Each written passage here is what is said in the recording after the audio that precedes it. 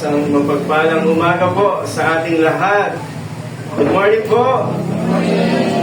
Okay, pwede bang sabihin mo sa katabi mo, congratulations.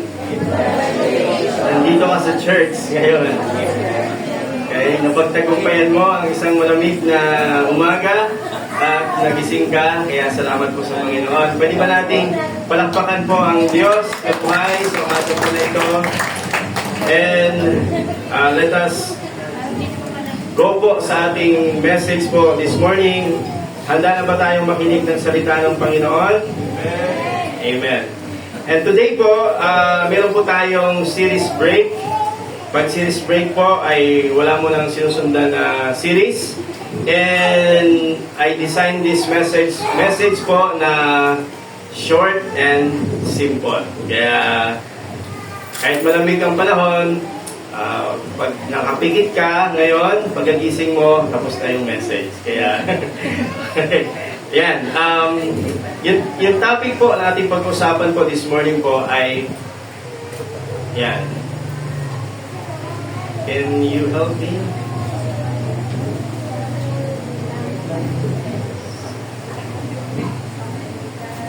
Ayan. Ayan. Ayan. Okay, we will talk about stress. Okay? Kasi dahil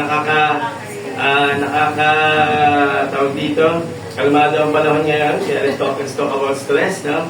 And title po natin is Reducing Stress in My Life. No? Reducing Stress in My Life. Biblical ways of reducing stress. Ginamit natin yung salitang reducing kasi po, hindi po natin kayang i-eliminate yung stress. Okay? Kaya ang magagawa lang po natin, ang magagawa lang po ng mga pag-aalala natin is to reduce, mabawasan, mapakonte ang ating stress, no? Now, meron pong isang psychiatrist na pangalan niya po ay si Dr. Becca Johnson.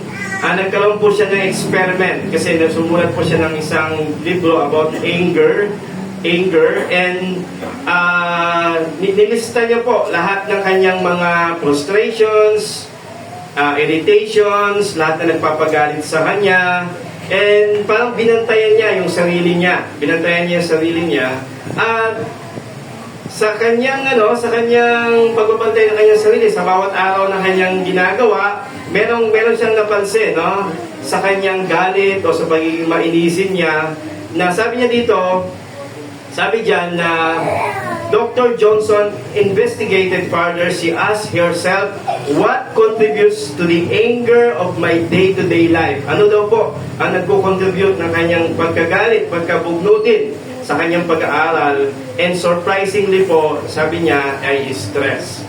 Kung bakit daw po siya magagalitin, kung bakit daw po siya ay parang bugnutin o mainitin ng ulo, dahil daw po sa kanyang stress. Kaya yun yung ating di-discuss po ngayon, no? Of course po, if you study po, maraming study na mas, agree ba kayo na mas nakaka-stress ang panahon ngayon kaysa dati? Totoo po yun, no? It's supported by many studies po. Dahil po sa ating modern lifestyle po ngayon, ay mas stressful po ang buhay, no?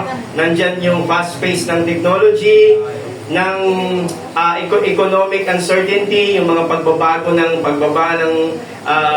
mga economic status, no? Minsan mataas, minsan mababa, no? Kaya po nangangamba tayo. And sometimes po, especially po today na nabubuhay tayo sa social media, merong societal pressures. Kasi nakikita natin yung buhay ng ibang tao. Pag nakita natin yung mga kaklase natin dati, ito na yung buhay nila, para bang mapapansin natin na, ay, parang gusto ko maging ganun din ang buhay ko. Di ba? At other matters po, nakaka-affect ng ating stress level po is yung ating mga nangyayari po sa mundo po natin. Yung mga world issues. Kaya po, meron pong pag-aaral sa US, no, sabi dyan, no, 50 to 70 billion a year are lost in businesses due to stress-related illness. Laki nang nawawala, no, dahil sa problema ng stress, no? And sabi diyan, overstress is one of the major contributor ng mga sakit, heart disease, cancer, lung ailments, no? Pag stress daw, nakaka-contribute po yun ng mga sakit. And 2/3 of office visit to doctors are prompted by stress-related symptoms. Ibig sabihin, marami pong na-stress po talaga, especially po in America. And sa atin din, ganoon na rin po kasi we are prone po sa ganitong mga bagay. Kaya, ulitin ko po, no, yung key ng ating pag-aaral po ngayon is not to eliminate yung stress, but to reduce yung stress. How to reduce yung stress sa ating buhay. Hindi mawawala yung stress. Kahit po yung mga nasa palayan, nasa probinsya, may mga stress po sila, no? Kaya tayo din, ganoon din po tayo. Kaya anong dapat nating gawin? Okay, diretso tayo sa points natin this morning. Tandaan natin yung tatlong letter. KFC. Okay, KFC. Kung gusto mo ma-reduce yung stress mo, mag-KFC ka. Okay? Huwag ngayon. May lunch fellowship tayo. Okay? Susunod na Hindi. Ang ibig sabihin ng KFC po, huwag ka muna mag-Jollibee ngayon, mag-McDo, mag-KFC ka muna, okay? Knowledge, faith, and change. No? Knowledge, faith, and change. Knowledge po, ibig sabihin, yung right understanding of stress, no, leads to right response. Kailangan magkaroon tayo ng tamang pagtingin, pag-unawa patungkol sa bagay po na ito. Kasi po, kung wala tayong tamang pag-unawa patungkol po sa stress, magdudulot ito sa maling aksyon. Pero kung tama yung pagkaintindi natin sa bagay po na ito, ma-handle po natin ito. Okay? Naintindihan niyo po? For example po, pupunta ka ng doktor. No? Pag meron kang sakit, pupunta ka ng doktor para magpa-check up. Now, pagpunta ka ng doktor, at sasabihin sa'yo ng doktor, okay, ano ka, ubo ka, okay, check yung ano mo, mga BP mo, ganyan-ganyan. Tapos, bibigyan ka ng mahabang reseta, ay maling ano po yun, maling treatment ng doktor yun. Parang tatakulis, tapos nakita mo, ang haba-haba ng reseta na, anong gagawin ko dito, Dok? Tapos nakita mo, ang haba, dami pinabili sa mo, tapos simple lang pala yung sakit mo, no? Kaya ang pagpunta ka ng doktor, magpa-check up ka, wag ka lang pupunta dahil makakuha ka ng gamot. Kundi, alamin mo yung condition mo. Kasi yung condition mo, ay yun yung magsasabi kung ano yung dapat mong treatment. Tama po ba? Amen ba? Kaya, yun po na dapat natin gawin. Ano ba yung stress? Okay? Tingnan natin ulit yung salitang stress. No? Stress, of course, is not a bad thing itself. No? Ang stress po, ay hindi po siya totally bad. Hindi siya palaging masama ang stress. Okay? It is merely the body's chemical and psychological response to stimulus enabling the body to deal with various situations in life. Naintindihan nyo? Hindi ko rin naintindihan. Huwag na natin intindihin kasi baka ma-stress tayo. At sinasabi lang dito na ang stress po ay hindi po totally masama. Hindi po totally negative palagi. Ito po yung response, tugon ng ating katawan. Sabi dyan, we have been designed by God to function under stress. No, dinesign tayo ng Panginoon. Kayang-kaya natin pag nasa stress, nasa stress condition tayo. Huwag tayong mag-alala, no? Even function more efficiency when stress is brought about by life situation at hand.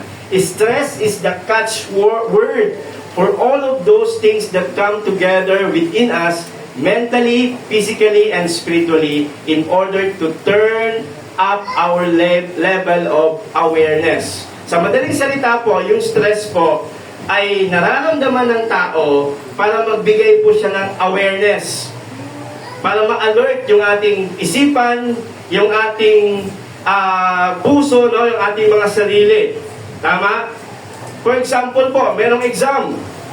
Di ba? Pag may exam ka, nakaramdam ka ng stress, pagbibigay sa iyo ng alertness nyo na kailangan mong mag-review, kailangan mong i-check yung iyong pinag-aralan, no? Kasi po, napaka-importante po na i-follow natin yung design ng Diyos sa atin. the Lord is very genius po at in-design tayo ng Diyos na napakaganda at kaya natin mag-cope up sa mga ganitong situation.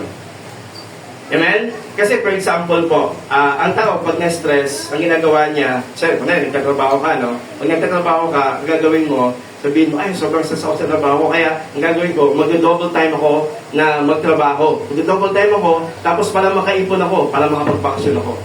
Tama? And then pag nakaipon ka, nagbakasyon ka nga, pero yung bakasyon mo, hindi mo rin assured na stress-free yung bakasyon mo. Nagka-problema yung pag-alis mo. No? Kunwari, pumunta ka ng dagat, tapos pag-alis mo dito sa bahay, tapos pagdating mo doon sa malapit, bumagyo. Ano ba ito? Nakaka-stress naman itong bakasyon na to. Di ba? Kaya hindi rin siya parang pinaka-solusyon ng ating problema. Di ba? For example po, pag tayo po nalulungkot tayo, meron tayong problema, ang ginagawa natin minsan, nagtatago tayo, hindi tayo nagpaparamdam, nag-off tayo ng ating social media. Wala namang masama doon, pero hindi yung design ng Diyos. No? Ang kailangan natin is nasa liwanag tayo. Huwag tayong pumunta sa dilim. Kasi pag nasa dilim tayo, mas lalo tayong malulungkot, lalo tayong madadaya. Kaya po, tingnan natin to, no? Yung stress level. Okay. Ang lahat ng tao ay nai-stress. Ako ngayon, nai-stress ako ngayon kasi parang, hindi ko alam kung naanto kayo or hindi. Okay, yan. Yung stress natin, pwedeng low and pwedeng ding high. Pag nag-high yung stress natin, dun yung masama. Kasi yung high stress or chronic stress, no? Yung tuloy-tuloy na stress, magbibigay sa atin ng burnout. Madadry tayo, madedepress tayo.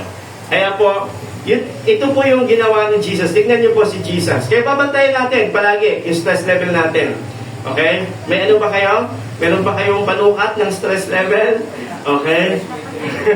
Okay, meron naman yan, di ba? Yung mga technology yan, mga orasan, mga gano'n, no? Okay, mga smartphone, meron na rin mga Ayan, tingnan natin si Jesus, no? Si Jesus po, very a good example how he handles stress. Tingnan niyo po, nang magbalik sila sa mga alagad, nakita nilang napapaligiran ng mga ito ng napakaraming tao at nakipagtalo sa mga tagapagturo ng kautusan. Nang makita ng maraming tao si Jesus, agad silang ng mga at tumakbo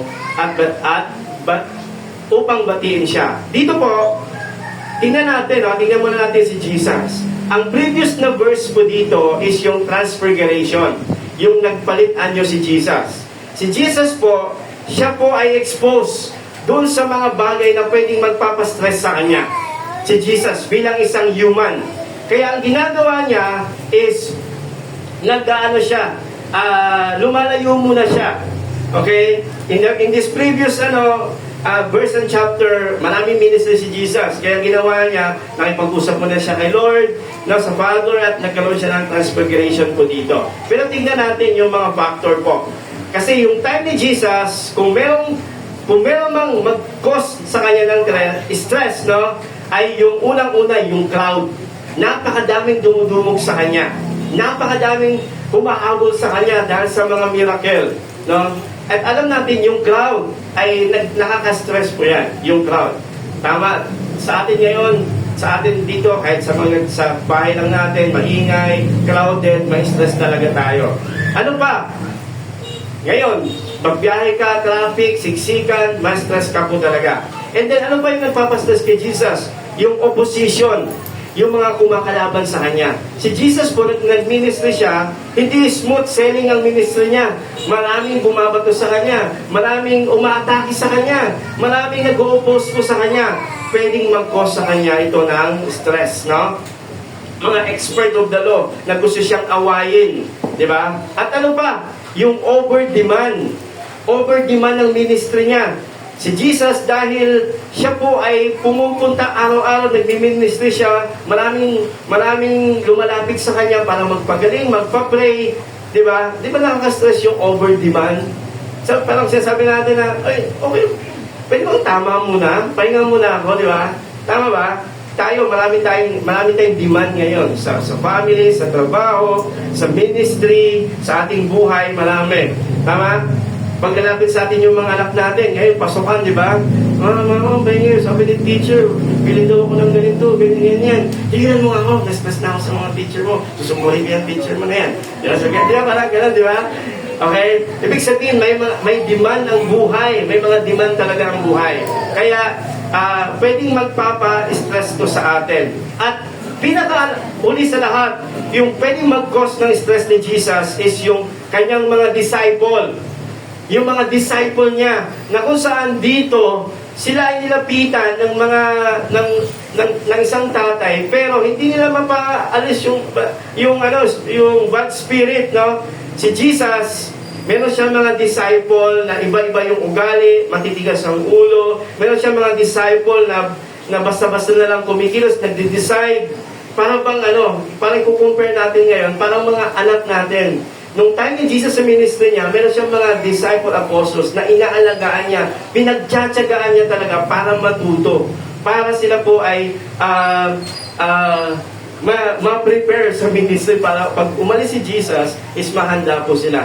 Kaya, it can compare po. It can compare sa mga anak po natin, no, na inaalagaan natin. Ganon din si Jesus, no? Kailangan natin ng patience, kailangan natin ng compassion para po sila po ay turuan. Kaya ano bang ginawa ni Jesus? Kaya ang ginawa ni Jesus po ay nag-solitude po siya. Okay, alam niyo salitang solitude? Yung solitude po is spiritual solitude means intentionally withdrawing from the distraction of a daily life to spend time alone with God. Kailangan natin to. Kailangan natin evaluate itong bagay po na ito. Kasi maraming demand, crowd, ingay, no? Ang buhay, kailangan mo ng solitude. Spending time with God alone. Amen? And sometimes, dahil mabilisan ang buhay ngayon, very rush, nagmamadali tayo palagi. Sometimes kahit dito nga sa church Alam niyo po, pakiusap ko dito sa church, no? Pag nandito kayo, isettle niyo yung sarili niyo, isettle niyo yung mind niyo, isettle niyo yung pagkatao niyo, because this is a perfect time to be rested. Yung soul, yung ating isipan, yung ating puso, na makasama natin ang Panginoon. No? Sabay-sabay nating ma-experience yung glory ng Diyos. Meron pong blessing pag nagsama-sama tayo dito. Sabi ng Psalms 24, di ba? Lift up your hands to the Lord and let the glory of the King will come in. Ibig sabihin, every time na pumupunta tayo dito, the presence of God is here and ministering to every one of us. And itong solitude is very important po sa atin. Sino dito ang nagpa-practice ng solitude? Regular solitude. Kahit 30 minutes lang every day to spend time with God, reflecting, no? Sabi dyan, focusing on prayer, reflection, spiritual growth. It is not just about being physically alone, but about creating an intentional space for deeper connection with God. Kaya po, ito po yung secret ni Jesus. Solitude. Pag merong crowd, pag merong demand, pag hindi na kaya ni Jesus, para ma-handle niya, kailangan niyang mag-recharge in a solitary place to pray with His Father. At kailangan din po natin yan. Okay? Amen ba? Magkaiba po ang solitude sa isolation. Yung isolation po ay pagmumukmok, pagsi-self-pity sa mga bagay-bagay. Di ba? Ano ba ito nangyari sa akin? Magkaiba po yun. Na ang solitude po ay is a time with God. Tandaan natin, when stress is too high, come to God. Come to Jesus. Jesus is inviting us to a very special time para po ma-restore, magkaroon tayo ng kapahingahan sa kanyang presensya. Amen? Amen ba? Kaya, ano yung K? Knowledge, no? Pangalawa po is faith. Ano yung faith? Coming to Jesus, no? Coming to Jesus and allow Him to handle your situation. Ibig sabihin, hindi lang natin dapat alam yung sitwasyon natin, ano yung kalagayan natin, kundi kailangan nating lapitan si Jesus. lumapit tayo kay Jesus. And kaya nga ang solusyon sa stress is not a place, but a person of our Lord Jesus Christ. Tingnan niyo po sa Mark 9 verse 18 to 19. Tuwing siya sa sasaniba nito, referring to the anak ng bata, no, anak ng tatay, yung bata, ibinubuwal siya, bumubula ang kanyang bibig, nagngangalit ang kanyang mga ngipin, at siya'y naninigas. Hiniling ko sa iyong mga alagad na palayasin ang espiritu, ngunit hindi nila magawa. Sinabi ni Jesus sa kanila, salinlahing walang pananampalataya. No? Medyo mataas yung tono siguro, no? Sumigaw siguro si Jesus dito, no? Hanggang kailan ko kayo makakasama? Hanggang kailan ko kayo pagtitiisan? Dahil dalhin ninyo siya rito. Dinala nga nila ito sa kanya, nang makita siya ng espiritu, biglang itong pinangisay ang bata. Natumba ito sa lupa at nagpagulong-gulong na bumubula ang bibig. Grabe, no? Tinanong ni Jesus ang ama, kailan pa ito nangyari sa kanya? Sinabi niya, mula pa sa pagkabata. Kaya, kung i-figure out natin yung situation, yung condition ng bata, malubha. Pero kung titignan din natin yung katayuan ng tatay, very stressful.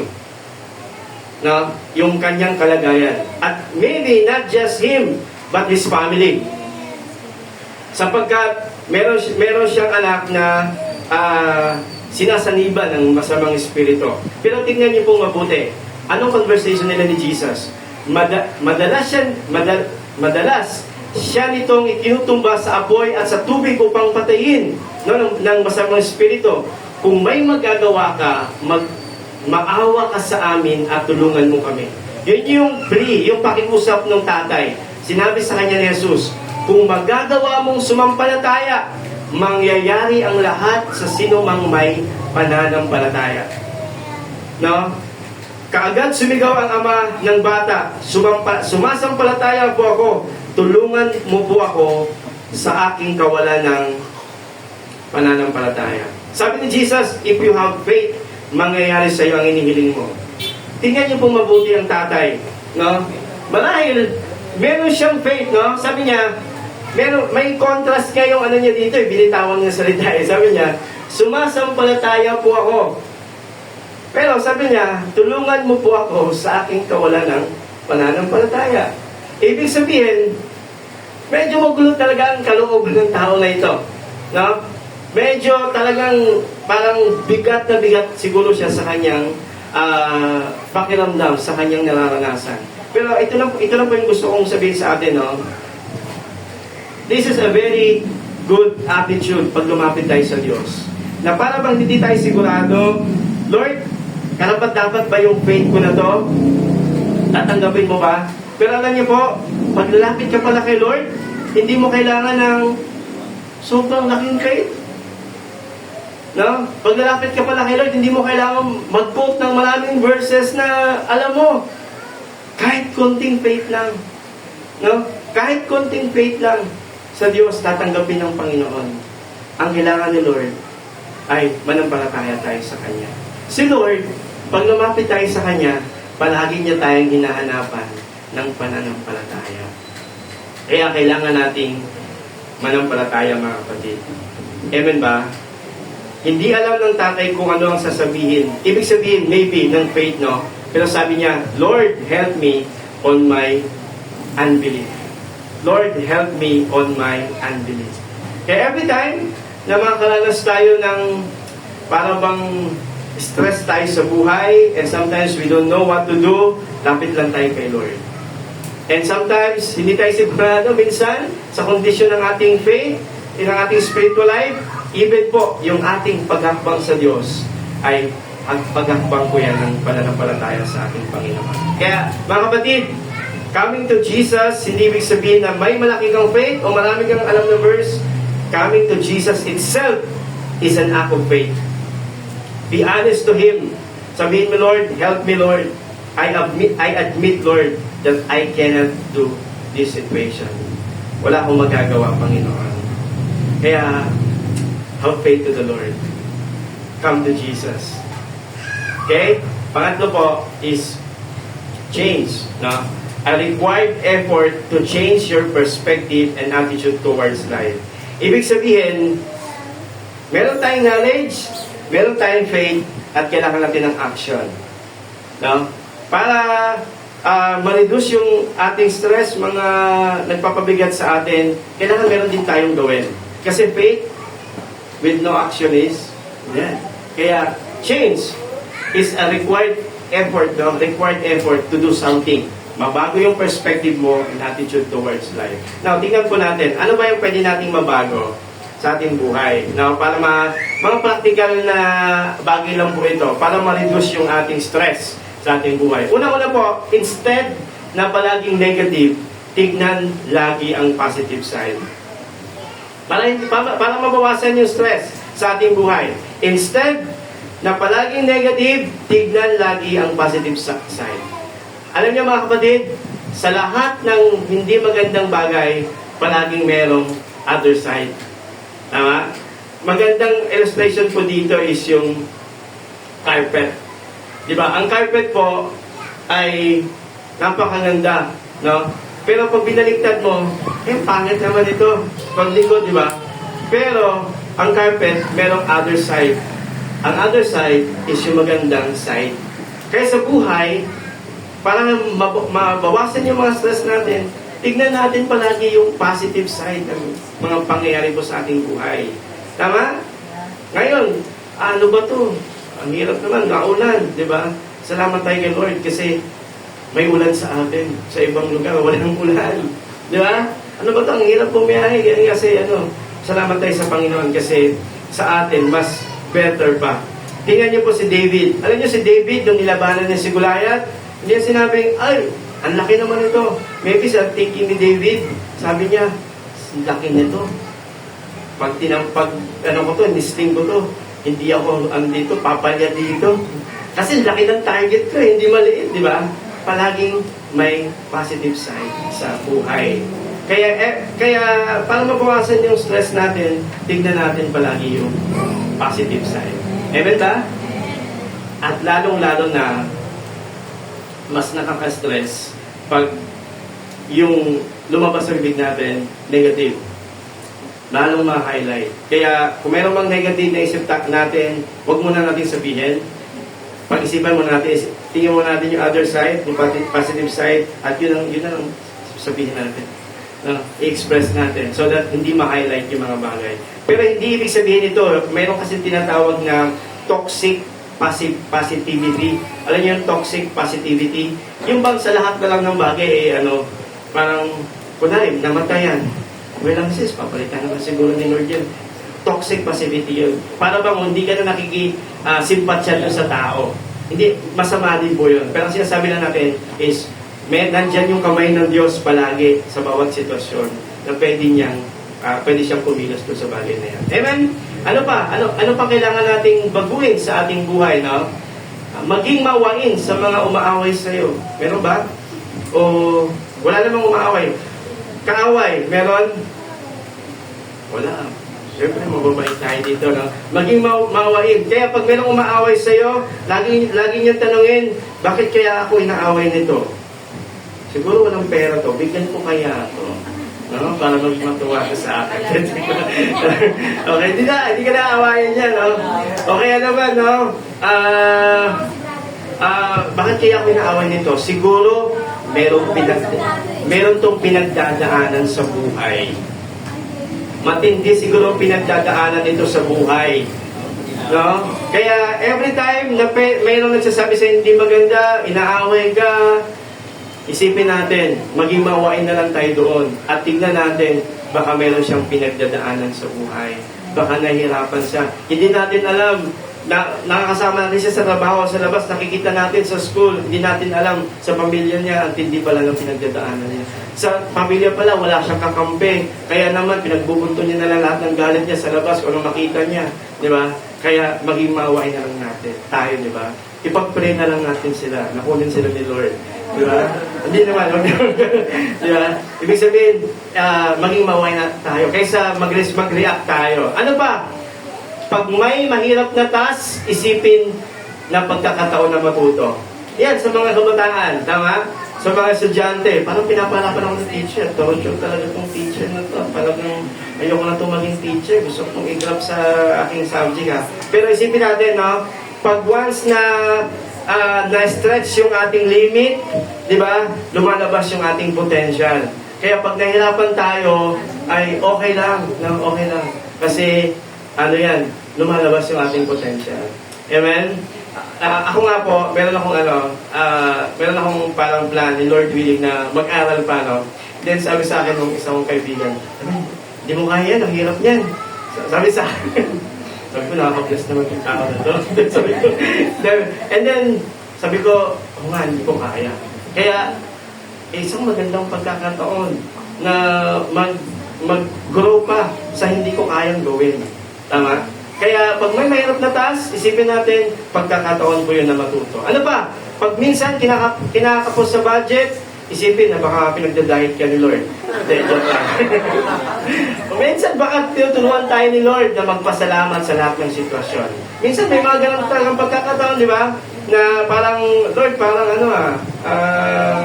magaan. Ang buhay namin, magaan. Kasi walang laman, di ba? Pero, yan, tinuturuan ka ni Lord na magpasalamat sa lahat ng pagkakataon. Di ba? In all things, in everything, give thanks to the Lord because it is the will of God. Ano pa po? Maging masaya, tumawa kahit sa maliit na bagay. Be grateful. Sabi ng Proverbs, medicine is the best, laughter is the best medicine. Tumawa. Amen? Yan, ngitian mo nga yung katabi mo. Yan, ngitian mo siya. Yan. Okay, ngitian mo siya. Okay. Ayan.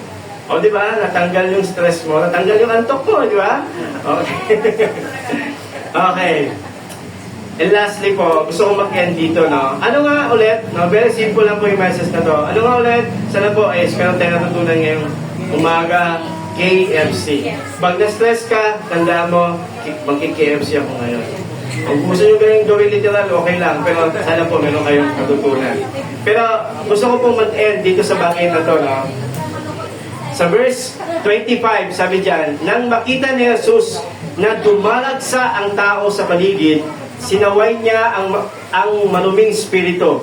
Ikaw na pipi at binging spirito, inuutos ko sa iyo, lumabas ka sa kanya at huwag ka nang babalik. Nagsisigaw ang spirito, pinangisay ang bata pagkatapos ay lumabas. Tapos ito nangyari, nagmistulang patay ang bata, kaya't sinabi ng marami, patay na siya. But this is the good thing. Ano sabi ni Jesus? Ngunit, hinawakan siya ni Jesus sa kamay at ibinangon at ang bata'y tumindi. In every situation, there is always God's hand to reach us, no? Para ibangon tayo. And sometimes, nandun na si Jesus, pero ang mga tao, sabi nila, patay na siguro yung bata kahit nandun na si Jesus. And sometimes, ang tao, kahit nandiyan na si God, minsan negative pa rin yung sinasabi ng mga tao. But don't worry, pagkasama mo si Jesus, merong magbabangon sa iyo. No? Merong kakapit sa iyo. And sometimes, kahit di mo na kayang kumapit, hahawakan ka ni Jesus para tutulungan ka niya. Amen po ba? That is the good thing about our Lord Jesus Christ. Pero gusto ko pong sabihin sa inyo, spiritually speaking, tayo po katulad ng batang ito.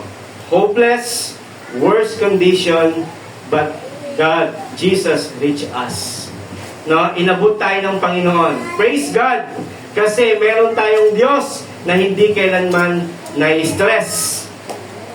Meron tayong Diyos na hindi kailanman napapagod.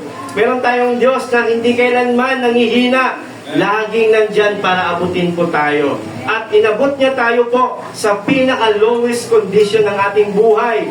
At niligtas niya po tayo sa pinakamalaking problema ng ating buhay. Yun po ang kasalanan natin.